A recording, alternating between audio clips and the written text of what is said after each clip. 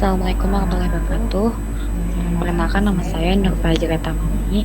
Pada kesempatan kali ini saya akan mempresentasikan jawaban ujian tengah semester saya mata kuliah Sistem Basis Data. Untuk soal yang pertama yaitu jelaskan arti penting penggunaan sistem basis data bagi UMKM. Ya, sebagai pebisnis, baik kecil, menengah maupun besar, setiap yang kita lakukan terhadap bisnis juga akan menghasilkan data. Untuk perusahaan besar, mungkin data sudah menjadi hal lumrah. Bahkan ada divisinya sendiri. Berdasarkan laporan Forbes juga, 53% dari perusahaan itu telah mengadopsi big data dalam bisnisnya pada tahun 2017. Dan alasan utama pentingnya sistem database untuk UMKM. Pertama itu profil bisnis jadi melejit. Kemudian yang kedua itu cost bisnis lebih efisien. Yang ketiga kinerja tim lebih produktif dan cepat. Kemudian yang keempat itu meningkatkan loyalitas pelanggan. Yang kelima itu bisnis tumbuh 10 kali lipat. Nah, untuk profil bisnis melejit itu menurut salah satu profesor dari Western University Amerika, salah satu cara memaksimalkan profit itu adalah dengan menggunakan data. Nah, salah satunya ini UMKM dapat memanfaatkan data penjualan untuk memaksimalkan profit.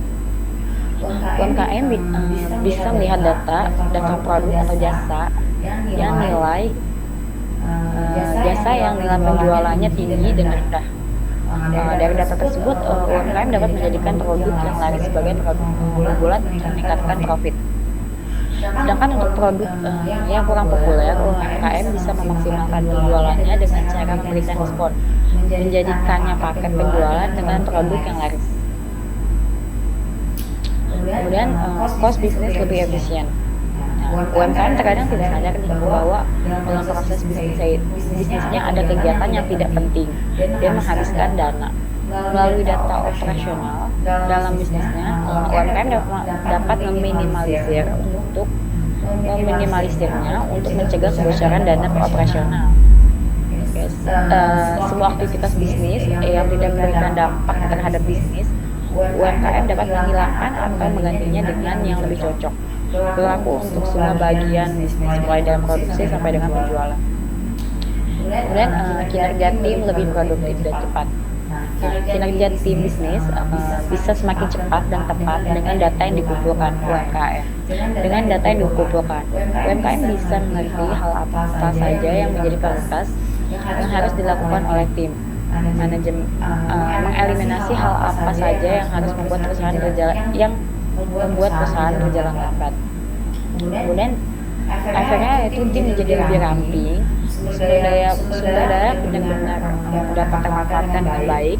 Tim pun bisa merasa happy karena dapat melakukan pekerjaan dengan kemampuan terbaiknya. Waktu pun bisa dihemat, sehingga bisnis proses menjadi lebih cepat. Kemudian yang keempat yaitu meningkatkan loyalitas pelanggan.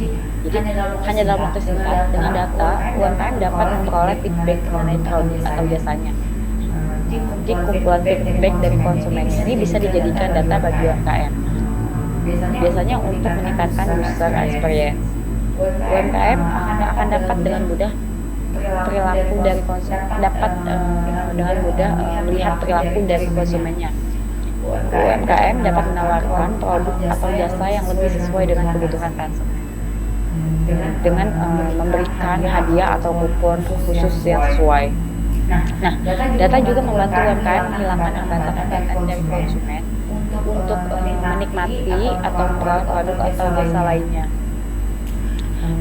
Dapat sesegera mungkin untuk menangani setiap kali ada konsumen yang komplain atau memberi penilaian buruk terhadap produk atau jasanya. Nah, kemudian bisnis tumbuh 10 kali lipat. Nah, melalui data penjualan, operasional dan produksi, layanan dan data apapun yang ada di dalam bisnisnya, UMKM dapat mempelajarinya, menemukan pola yang terletak pada bisnisnya, kemudian di mana pola tersebut dapat menghasilkan kinerja perusahaan terbaik dengan profil yang tinggi. Pola ini juga berdampak pada bisnis opportunity pada pelaku UMKM. Dengan data, UMKM akan melaju sangat cepat, dengan tim yang rapi, profit menjadi maksimal, pemborosan akan hilang, kinerja semakin efektif dan efisien, perusahaan telah siap untuk bertumbuh 10 kali lipat. Nah, kemudian soal yang kedua itu tentang model relasional. Nah, jadi model relasional itu yaitu basis data yang mempunyai struktur yang lebih logis terkait cara penyampaian. Kata relasional berasal dari kenyataan bahwa tabel-tabel yang ada di basis data relasional dihubungkan satu dengan lainnya. Basis data relasional menggunakan sekumpulan tabel dua dimensi yang masing-masing tabel tersusun atas baris dan kolom.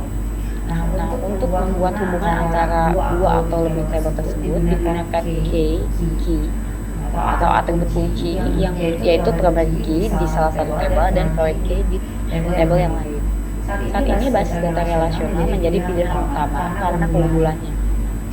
Ragam aplikasi untuk mengakses basis data relasional menjadi lebih mudah dibuat dan dikembangkan dibandingkan dengan penggunaan basis data flat file. Kemudian alasan basis data relasional ini sangat cocok digunakan oleh bisnis kecil adalah karena database model ini relatif mudah digunakan dibanding database yang lain.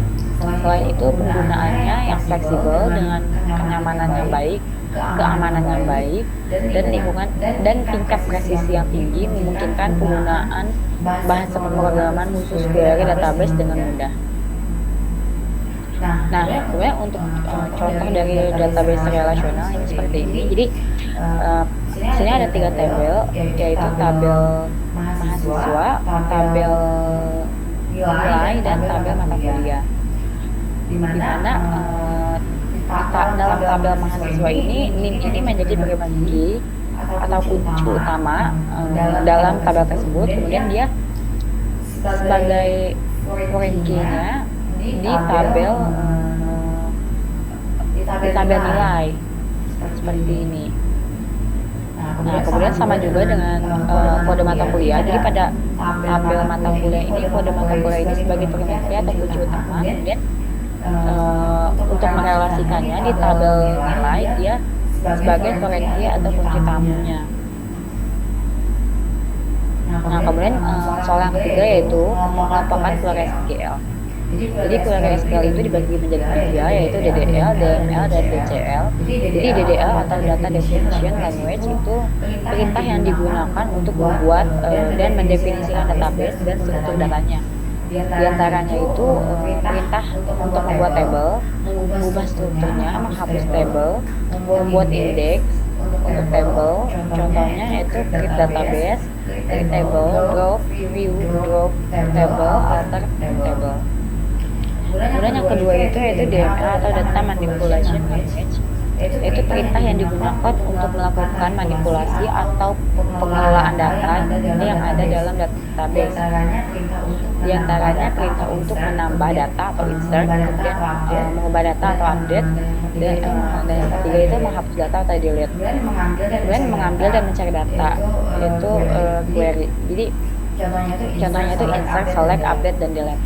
Kemudian yang ketiga itu DCL atau Data Control Language, itu perintah untuk mendefinisikan pemakaian yang boleh mengakses database dan apa saja privilege. Jadi contohnya itu report, create, commit, dan rollback. Kemudian yang ketiga itu fungsi agregat dalam SQL. Yang keempat itu fungsi agregat dalam SQL. Nah, jadi fungsi agregat itu ada 5. Pertama itu fungsi average atau PG. Ini digunakan untuk menampilkan nilai rata-rata suatu data. Kemudian yang kedua itu fungsi count. Fungsi ini digunakan untuk menampilkan jumlah record atau data. Kemudian fungsi max. Fungsi ini digunakan untuk menampilkan nilai maksimum dari beberapa record yang ada. Kemudian fungsi min ini kebalikan dari fungsi max, yaitu menampilkan data terkecil dari beberapa record atau data. Kemudian fungsi sum yaitu digunakan untuk menampilkan total jumlah sebuah data. Misalnya menampilkan total gaji seluruh pegawai. Nah, ini contohnya untuk query agregat. Jadi di sini saya punya tabel pegawai, di mana atributnya yaitu gaji pegawai, nama lengkap, jenis kelamin, alamat, umur, gaji, dan departemen. Nah, untuk contoh keluarganya yaitu nih untuk average, jadi select average. Di sini saya ingin menampilkan rata-rata umur dari karyawan.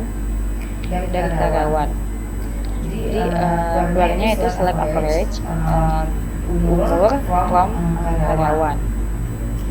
Kemudian akan tampil output seperti ini kurang lebih.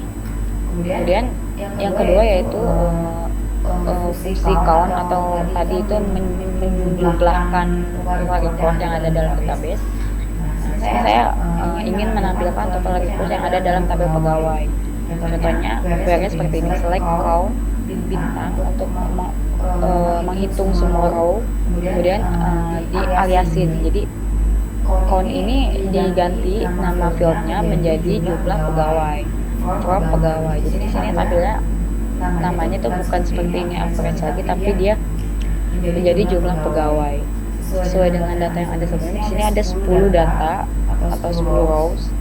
Dengan perintah count kita bisa menghitung record tersebut. Nah, kemudian yang ketiga yaitu select max. Jadi select max itu tadi seperti tadi yang sudah dijelaskan, yaitu menampilkan data tertinggi dalam suatu record data.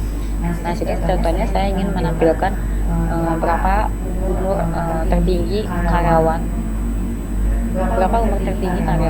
Contoh query-nya yaitu select max umur from karyawan. Nah, dari tabel ini kan susah nih, tidak terurut. Jadi dengan menggunakan fungsi select max itu kita langsung otomatis akan mendapatkan data terbesar, yaitu umur 30 atas nama Irwan Gunawan. Kemudian untuk kebalikannya, untuk menampilkan usia yang paling muda ini kita menggunakan query min atau fungsi min, yaitu query-nya sebagai berikut, yaitu select min umur, dialiasin sebagai usia yang paling muda, kemudian from nama tabelnya, nama tabel pegawai. Nah, usia yang paling muda dari total record tersebut yaitu 20. Nah, seperti yang ada di sini.